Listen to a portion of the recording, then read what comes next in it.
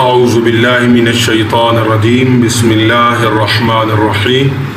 Islamic فقہ YouTube channel میں تمام ویورز کو خوش آمدید اینڈ السلام علیکم ورحمۃ اللہ وبرکاتہ۔ ایک نئی ویڈیو کے ساتھ آپ دوستوں کی خدمت میں حاضر ہیں۔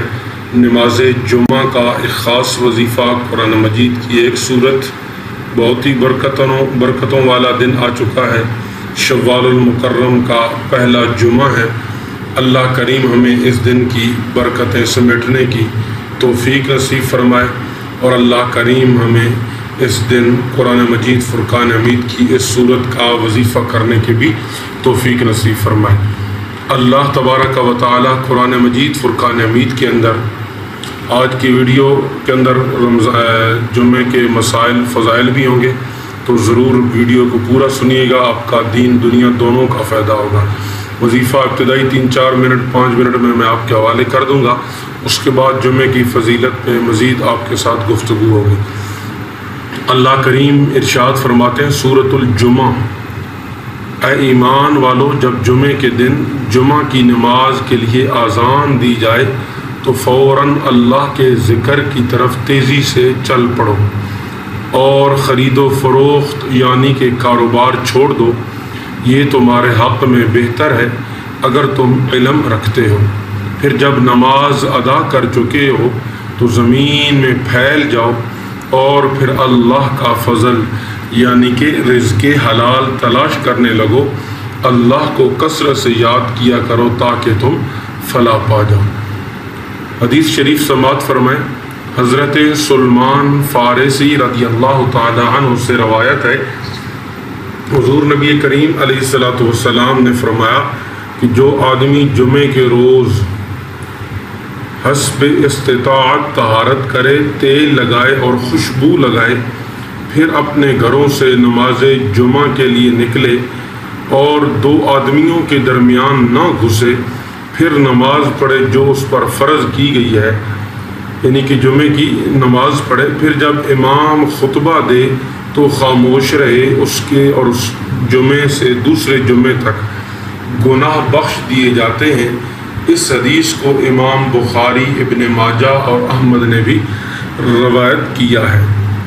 حضرت ابو ہریرہ رضی اللہ تعالی عنہ سے روایت ہے، رسول اللہ صلی اللہ تعالی علیہ وسلم نے ارشاد فرمایا کہ جمعے کے روز کا ذکر کرتے ہوئے کہ اس میں ایک ایسی گھڑی ہے جو بندہ مسلمان اس گھڑی کو پائے اور وہ کھڑا ہو کر نماز پڑھ رہا ہو تو اللہ تعالیٰ سے جو چیز مانگے گا اللہ کریم اسے وہی عطا فرمائیں گے، اور ہاتھ کے اشارے سے بتایا کہ وہ قلیل وقت ہے۔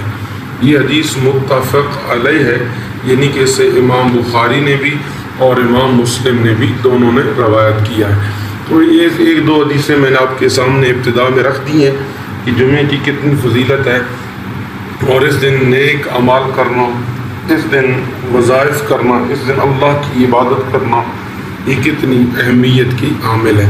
تو ویورز، اگر آپ اسلامک فقہ یوٹیوب پہ نئے ہیں تو ضرور چینل کو سبسکرائب کیجئے گا اور ساتھ میں بیل آئیکن بٹن پر بھی پریس کیجئے گا تاکہ آنے والی تمام نئی اسلامک ویڈیوز آپ دوستوں کو ٹائم پر ملتی رہے۔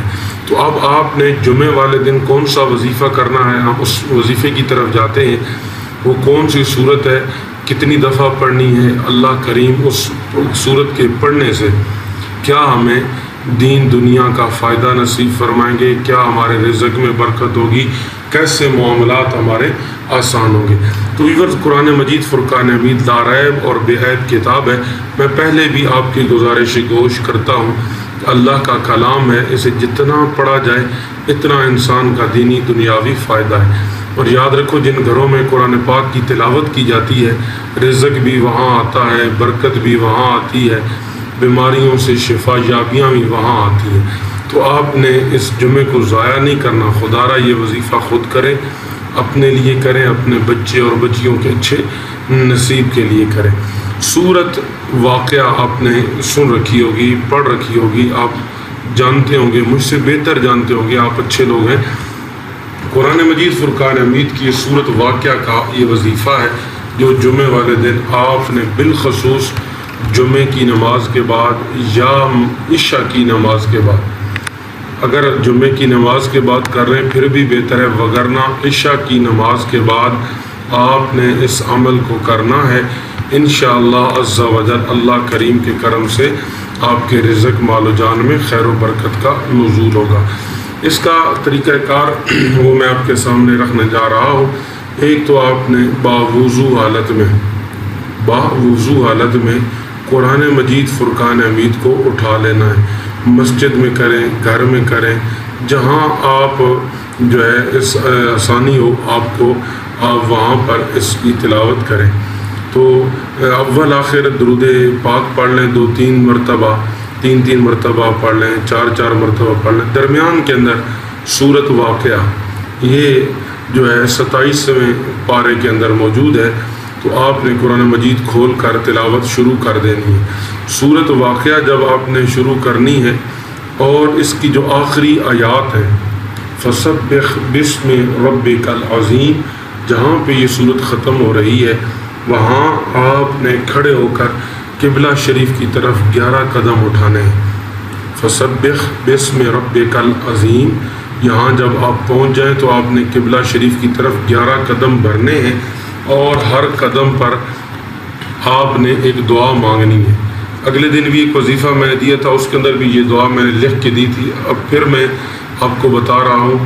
بہت اہمیت پر مبنی یہ دعا ہے، اللہم ارزقنی۔ ہر قدم اٹھانا ہے، ہر قدم پہ آپ نے یہ دعا پڑھنی ہے، اللہم ارزقنی۔ اگر آپ عربی میں نہیں پڑھ سکتے، آپ اپنی زبان میں، اردو میں، انگلش میں، جو زبان ہے، میرے بہت سارے ویورز بنگلہ دیش، افغانستان سے بھی ہیں، تو انڈینز بھی ہیں، اگر آپ اپنی زبان میں اس کو ترجمہ پڑھ لیں۔ اس کا ترجمہ کیا ہے؟ اے اللہ میرے رزق میں برکت نصیب فرما، اے اللہ مجھے رزق عطا فرما۔ تو ہر قدم پہ آپ نے اللہم ارزقنی پڑھنا ہے۔ اگر یہ عربی نہ یاد ہو تو ترجمہ پڑھ سکتے ہیں۔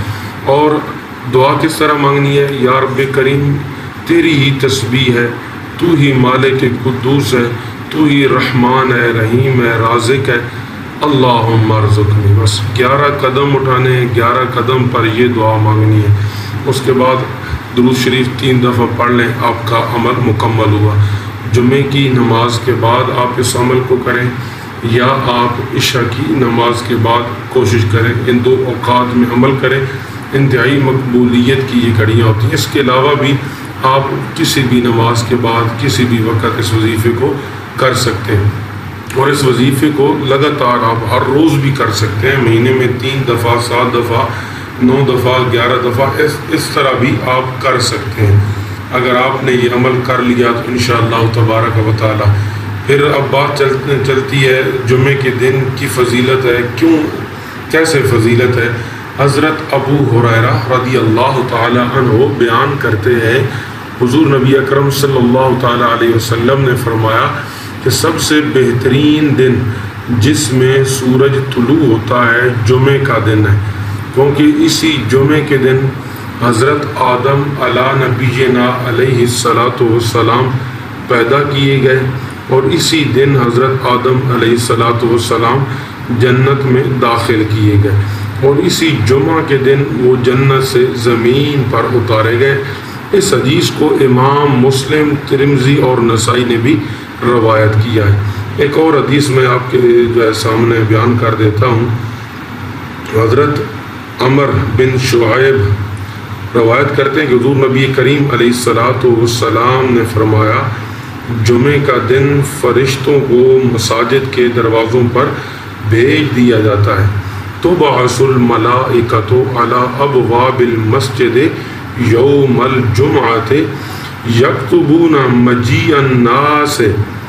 فرشتے جب مسجد کے دروازوں پہ آ جاتے ہیں تو لوگوں کی آمد لکھتے رہتے ہیں۔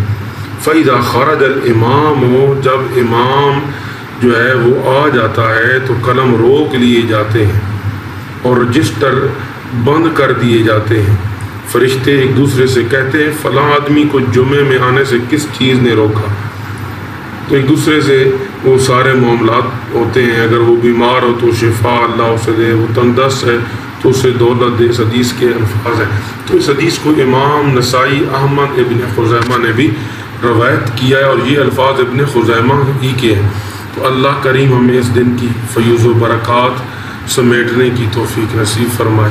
اللہ عز و جل ہمیں دین دنیا کی عزتوں سے، عظمتوں سے، شان و شوکت اور رفعتوں سے مالا مال فرمائے۔